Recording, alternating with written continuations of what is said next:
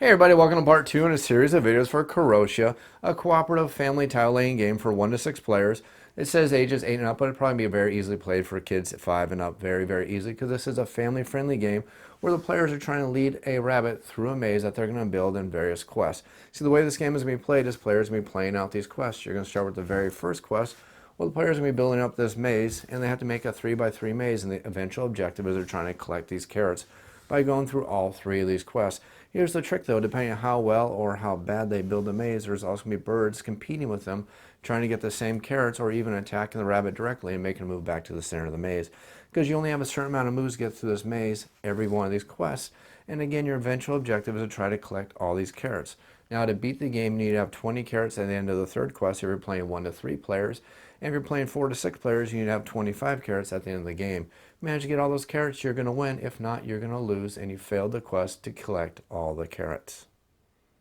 At the start of the game, you need to separate all 3 of the quest decks. They're labeled quest 1, 2, and 3. You need to shuffle every one of these individually. Now the red timer, the 30-second sand timer is going to be associated with all the quest 1 cards. The yellow sand timer, the 60-second sand timer is going to be associated with all the quest 2 cards. And finally, the 90-second blue sand timer is going to be associated with all the quest 3 cards. You also make sure that you shuffle up all the labyrinth cards, and you can tell the difference between these because these are actually hard cardboard versus the cards that are used for the quest. And then every player is going to get a certain amount of labyrinth cards based on the amount of players. Now if you're playing the game solo, as a solo cooperative game, like most cooperative games can be played, you're going to draw 10 of these labyrinth cards. If you're playing with 2 players, you're going to draw 5 of them. If you're playing with 3 players, you're going to draw 4 of these tile cards. If you're playing with 4 players, you're going to draw 3 of them. And if you're playing with 5 or 6 players, every single player needs to make sure that they grab 2 of these labyrinth cards. Now once every single player has their hand of labyrinth cards, based on the amount of players you have been playing the game with, every single player needs to make sure they pick up one of their characters. Now every one of these characters has a different power, and every one of these powers is usable once per quest per player. And again, these have different amounts of powers, and they're different strengths and different weaknesses, and you can adjust depending on how hard you want the game to play by judging which kind of powers you want the players to have. For example, the ghost is very powerful, allows you to move the rabbit anywhere in the maze, which can be very powerful. But then again, you have other powers that can come in handy, such as the clown, which allows you to move the birds. I'll explain the birds in just a moment. But again, you can adjust the difficulty unless you're playing with a 6-player game by omitting or including some of these various rabbit powers that can be given to every single one of the players. Once all the players have selected their power for their player, all the other powers that are not selected are being removed from the game, and now you're basically ready to start the game. Now I have a quickly set up here just for this demonstration for a 2-player game. So every one of our players does have 1 power, and every one of our players does have 5 tiles to start the game. Now that we're ready to start the game, what we're going to do is one player is going to grab the quest 1 card, and they're going to flip it over so both the players can see the quest 1 card. And this is going to do a couple different things. One is going to let us know where all the carrots are going to be in the maze. It's going to let us know where one of the birds happens to be. And we'll explain the birds in just a few moments here. So it's going to let us know where the rabbit happens to enter, where the rabbit happens to exit within the amount of moves based on the quest. Now in quest number 1, we have 10 moves to get out of the maze. In quest number 2, we have 15 moves to get out of the maze. And finally in quest 3, we have 20 moves to get out of the maze. If we don't get out of the maze before those amount of moves are used up, we're going to lose any of the carrots we happen to gather. And remember, in a 3-player game, we need 20 carrots, and a 4 to 6-player game, we need 25 carrots to win, otherwise we lose the game. The quest card is also going to list the player order, whether it happens to be clockwise or counterclockwise, and so it's going to be listed in the upper left-hand corner of the maze, and it's very important, because now we're going to start the speed round of the game. That's going to be based on one of these timers associated with each one of the quests. Remember, we have a 30, a 60, and a 90-minute sand timer that's going to be associated with each one of the quests. Once the quest has been revealed, the timer is going to be turned over, and then the players are going to take turns from their hand laying down these tiles to complete the maze. Always be mindful of the start and the exit because we need to complete a complete maze for the rabbit to go through. So every single player is going to lay out the tiles, but we have to be careful making sure that we're building these tiles in a legal formation. Because if we don't build these tiles in legal formation, it's going to cause a penalty that I'll explain to you in just a moment. But players do have the option on their turn of either playing a tile down on the table or picking a tile up from the table and placing a different tile down on the table. But again, the objective is that we have to create a 3x3 maze within the amount of time. We're going to keep on taking turns, laying out tiles until the timers run out. Once the timers run out, we're pretty much done with our turn, and we have to at least have it managed for the rabbit to get from the start all the way to the finish. If we haven't done that, we're going to get an additional penalty, but let's start explaining all the penalties we can have. I'll go ahead and build a quick maze and show you what kind of penalties we're going to have to associate if we don't build a good maze before the timer runs out. After the players finish building the maze, or if they run out of time or are forced to stop immediately, they're going to put the red arrow to show where the rabbit enters the maze. And then we're going to put the green arrow to show where the rabbit exits the maze. And then we need to make sure that we have a solid path from where the rabbit can get from the entrance all the way to the exit. And we also need to make sure that we don't have any errors on the board where the maze goes into a dead end or doesn't go into a proper other path, like we see an error right here. Now, if we have any errors or the rabbit cannot get to the objective, we're going to have to add one extra bird to the maze on top of the birds that may already be listed for the maze itself. So we see that we do have one error here, so we're going to have to add one extra bird to the maze, and all these birds are going to be added randomly. There's 6 different birds. Well, technically one's a bat, so I guess there's 5 birds and 1 bat. But they're going to all have different powers. They're going to affect the maze differently, and they're all going to do different things when they enter the maze. So now that we see we have one error, we're going to add one extra bird, and then we're going to have up to 4 moves to fix per bird that we add to the maze. So we have a lot of errors that takes a lot of different moves to fix. We could end up adding a lot of birds to the maze, depending just on how badly we did by building the maze during the sand timer part of the game. So we see that we have 4 moves. So one move, we're going to take this tile back, and we're going to replace it, and that's going to be enough moves to fix our problem.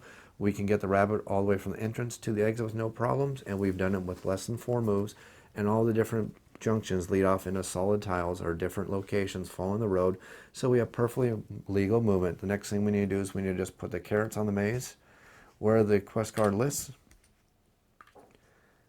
and then after we add all the rabbits to the maze, we're going to add these birds to the maze. We're going to see which kind of birds we get, and then after that we get to move on to the actual movement part of the round.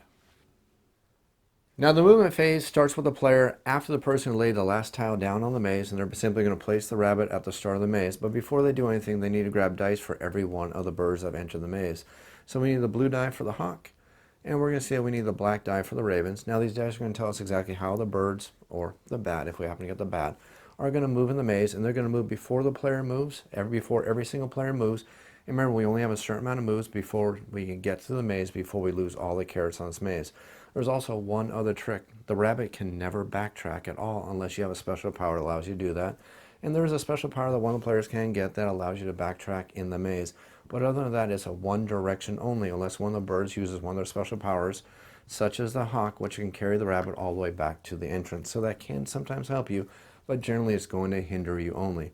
But the players, who is the next player after the person played the last tile, is going to roll the dice, and that's going to affect where the birds are going to move. So we see in this instance that the hawk would normally move south, which would not do anything for him since he's already as far down as he can go.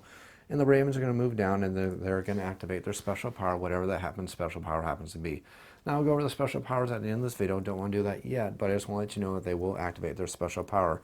And the special power is going to be different depending on if they land on a carrot space or they happen to land on a rabbit space. But the way this is going to work is that the birds are either going to move one of the 4 directions, or they're going to move directly to the nearest carrot, and that's going to be judged depending on what the players decide, or it's going to move directly to the bunny, and again, that's going to do different things depending on exactly what the special power of the bird happens to be. After the birds have moved, the player gets a chance to move the rabbit 1 space in any one of the directions, and they have to follow the path. Now remember, the trick here is that you can't backtrack. So if I happen to go this direction with the rabbit, I pretty much trap the rabbit because I can never make it to the exit because I can never backtrack. And that's where some of these special powers can come in handy, especially the ghost power, which allow the players eventually to move all the way over here, activate the ghost power to move over here, or move over here and use the power of the ghost power. And that's how some of these powers make a huge difference in playing the game. But the trick here is that you're going to move the rabbit 1 space, and the next player is going to start their turn. They're going to roll the dice. The birds are going to move depending on what you roll the dice, and their special powers are going to activate. And again, the birds will never fly off the map.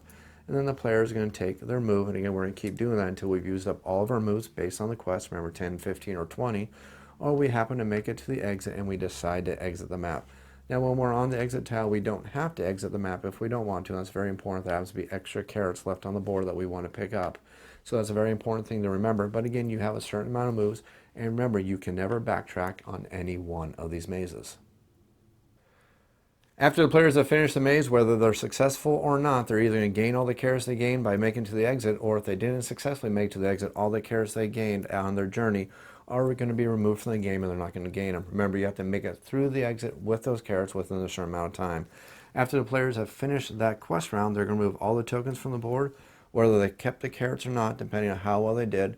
The birds are going to be shuffled back up, the arrows are going to be removed, and then every single player is going to refill their hand of tiles based on the amount of players. Again, if we're playing a 2-player game, every single player is going to refill their hand back up to 5 tiles.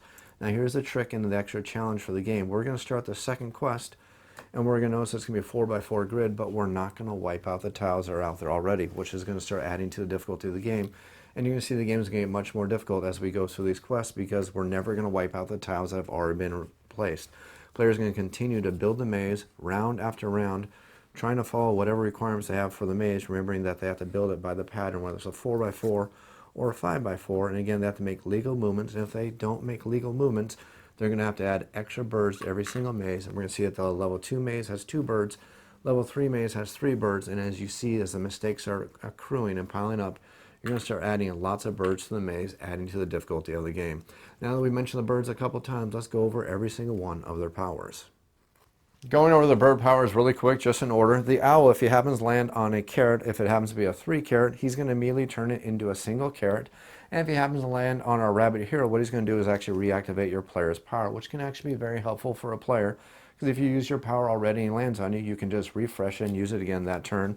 Next up, we have the hawk, and if he happens to land on one of the carrots, whether it happens to be a 3 or it happens to be a single, he's going to destroy it and remove it from the board.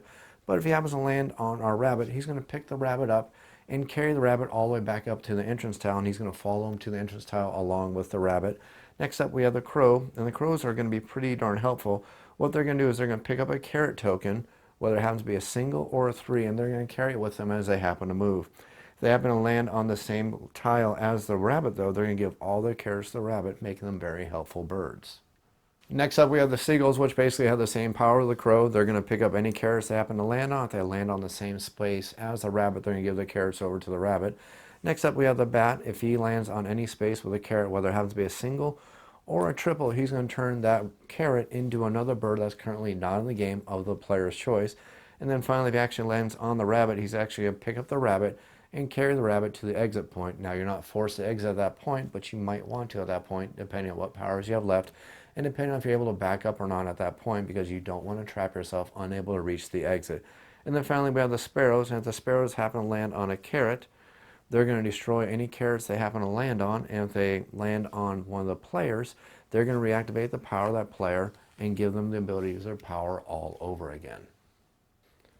Finally, on top of every single player's single special power they have once per turn, barring the effects of any of these birds helping them for some random stroke of luck, all the players also have available to them one special power they use once per quest, and any player can activate the special power, but if they do it, they're going to sacrifice their turn. And they can sacrifice their turn to pick 2 single carrots and add that anywhere on the maze that they like. And this can help you quite a bit, but again, it's only usable once per turn. You have to give up your turn to do that. That's the complete rules for Carrotia. I hope you enjoyed this tutorial video. If you have any comments or questions, make sure you leave them down in the YouTube comments down below. I'll be sure to answer them as quickly as I can. You can also feel free to email me at offtheshelfboardgamereviews. That's otsbgr@gmail.com. As always, if you enjoyed this video series, click that like button, click that subscribe button. As always, thanks for watching.